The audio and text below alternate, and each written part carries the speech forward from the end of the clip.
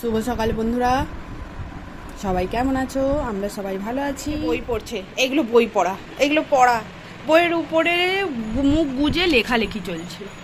আর আমি এইদিকে ঘর মুছতে শুরু করেছি। এখন কিন্তু সকাল 8:30 বাজছে। তার কারণ হচ্ছে সকাল সকাল আমি কাজ সেরে নিই।